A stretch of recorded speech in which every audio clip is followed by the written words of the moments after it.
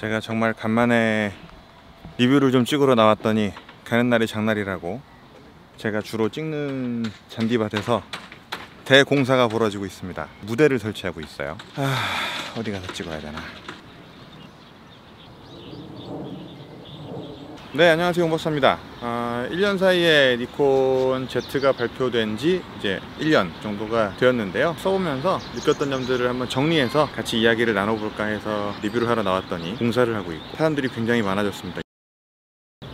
일단은 니콘 Z가 가지는 의미? 무엇보다도 미러리스 시장에 재도전하는 입장에서 첫 번째 니콘의 미러리스 도전은 니콘 1 시리즈였습니다. 니콘 1 시리즈를 가지고 시장에 데뷔했을 때에 비해서 뭔가 준비를 굉장히 많이 하고 온 느낌인 거는 분명한 것 같고요. 그 준비를 많이 했다는 느낌은 결국엔 니콘 1에서 쓰라린 패배를 맛보았기 때문이 아닐까 싶고, 소니가 미러리스 시장을 이끌고 가면서 결국엔 이 시장 전체 트렌드를 주도하는 분위기를 만들어가고 있기 때문에 여기서 더 밀리면 니콘이란 브랜드가 사라질 수도 있겠구나 라고 하는 약간의 그 불안감, 그런 것 때문에 결국에는 니콘 Z라는 풀프레임 미러리스 바디를 시장에 들고 나온 게 아닌가 싶습니다. 니콘 Z를 보면은요, 예전에 출시했던 모델들과 비슷한 면이 좀 있어요. 예를 좀 들어보자면 얘가 있습니다. 얘가 어떤 카메라인지 아시는 분들은 아재일 거고요. 모르시는 분들은 글쎄요, 10대? 20대 분들은 모르실 수 있을 것 같아요.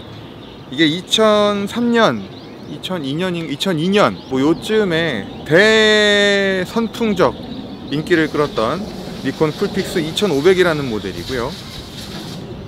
쿨픽스 2500을 필두로 해서 니콘은 쿨픽스란 브랜드를 가지고 똑딱이 카메라 시장에서 상당한 정도의 선풍을 불러일으키게 됩니다.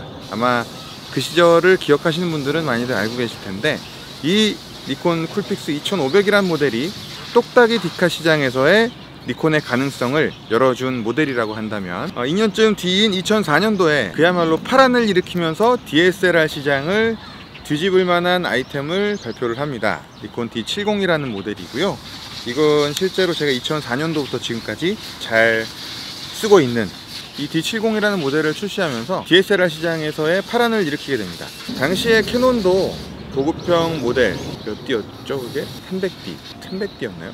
300D 그 모델 같은 경우에는 카메라 전원을 켜면 약간은 부팅을 한다고 해야 되나요? 켜지기까지의 시간이 좀 필요했습니다. 꺼지기까지의 시간도 마찬가지였고, 니콘이 뭔가 시장을 한 번씩 재편을 하고자 할 때 내놓는 모델들이 있는데 Z 시리즈가 약간 그런 느낌이지 않을까 싶어요. 1년간 이런저런 작업들을 니콘 Z6를 가지고 많이 했었는데요. 갑자기 해가 뜨고 있습니다. 사실 그 전까지는 니콘이 사진 품질은 어느 정도 궤도에 올라 있었지만 영상 품질에 있어서는 사실 굉장히 조악한 면이 많이 있었습니다. 결국엔 소프트웨어 문제였던 것 같은데, 하여튼 그런 부분에 있어서 상당히 만족스럽지 못한 결과물들이 많이 보였어요. 그래서 영상을 니콘으로 하기에는 무리가 많이 따른다라는 평가들도 많이 있었는데, Z6와 7을 내놓으면서 그런 부분들을 상당히 많이 개선을 했고, 그리고 아무래도 이제 영상 시장을 염두에 두고 만드는 카메라라면 카메라 단독으로 사용하는 것보다는 액세서리류와 함께 사용하는 일들이 많아지는데, 그런 액세서리류들은 결국엔 니콘이라는 회사에서 모두 만들 수는 없기 때문에 결국엔 협력사들, 전략적 동반자, 이거는 정치 용어인데, 손을 잡고 액세서리들을 개발해야 되는데, 니콘이 사실 그전에는 굉장히 폐쇄적인 브랜드였습니다. 그런데 이번에 Z 시리즈를 내면서부터는 그래서 Z 시리즈가 나오면서부터는 그런 부분들에 대해서 많이 신경을 쓴 것 같아요. 그래서 스몰리그와의 KG를 만들었다던가, 지윤테크와의 협업, 콜라보, 니콘이 사실 그런 것들에 대해서 되게 보수적이고 폐쇄적이었던 것 같아요. 그런데 Z 시리즈가 나오면서부터는 어디까지 오픈을 했는지 모르겠지만 그래도 호환용 액세서리들이 나오고 있다는 거, 그리고 예전에는 왜 사진부터 시작하신 분들은 아시겠지만 니콘에서 나오지 않은 액세서리들은 다 서드파티였습니다. 그런데 사실은 요즘엔 서드파티라는 게 무의미하죠. 액세서리 회사들의 품질도 많이 좋아졌을 뿐더러 카메라 회사가 만들기 힘든 부분들, 미처 생각하지 못한 부분들에 대한 제품들을 액세서리 회사들이 만들어내고 있기 때문에 이제 액세서리 회사라고 해서 무시할 수 있는 니콘이 그런 수준이 되었습니다. 니콘이 사실 그렇게 폐쇄적이고 되게 보수적인 회사였는데, Z 시리즈를 내면서부터는 좀 깨달은 것 같아요. 이렇게 가다가는 큰일 나겠다, 좀 깨달은 게 아닌가 싶습니다. 소프트웨어적으로도 그런 면모들이 많이 보입니다. 1년도 안 된 바디에다가 프로레스 로우라는 영상용 코덱에 대한 업데이트를 지원한다고 하죠. 물론 뭐 무료는 아니어서 조금 아쉬움이 있긴 합니다만, 사실 프로레스 로우라는 코덱이 모두에게 필요한 건 아니니까요. 사실 프로레스 로우를 지원한다는 건 굉장한 마인드의 변화거든요. 영상 쪽의 시장을 우리가 이해하고 싶어, 공부하고 싶어 라고 하는 거를 적극적인 액션을 통해서 보여주는 바이기 때문에 긍정적으로 평가하고 있습니다. 그 전까지 저는 소니 알파 6500을 썼고요. 잠깐 조금 마이크 돌려서 소음이 덜 들어가게 틸업.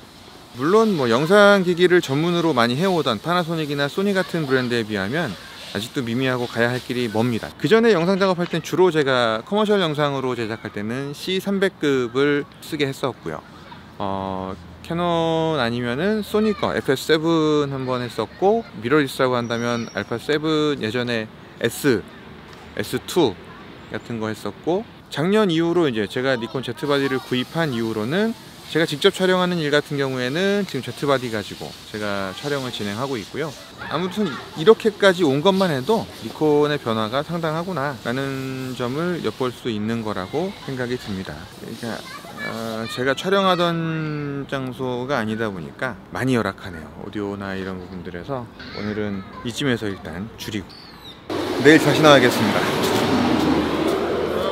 마지막으로 이야기하고 싶었던 게 로그와 프로레스 로우에 대한 이야기인데요. 니콘이란 브랜드에서 로그 촬영을 지원한다는 것도 사실은 좀 놀라울 수 있습니다. 왜냐하면 니콘이란 브랜드는 영상에 대한 신경을 쓴 바디를 사실상 Z 시리즈를 통해 처음 만들었다고 볼 수도 있거든요. 그런데 로그를 지원하고 지금 이제 출시 1년이 조금 지나긴 했지만 프로레스 로우라는 코덱을 추가로 지원하게 됐다라고 하는 것도 니콘이라는 브랜드 입장에서는 어필하고 싶었구나. 일단 제가 생각한 부분은 이 정도이고요. 앞으로도 지금 Z 시리즈에 관련해서는 제가 연재를 조금 더 해볼 생각입니다. 궁금한 거 있으시면 댓글 남겨주시면 그에 대해서 제가 또 알아가지고 답변 드리기도 할 테니까요. 여유가 되신다면 구독 버튼 한번 꾹 눌러주시면 좋은 내용 공유할 수 있도록 하겠습니다.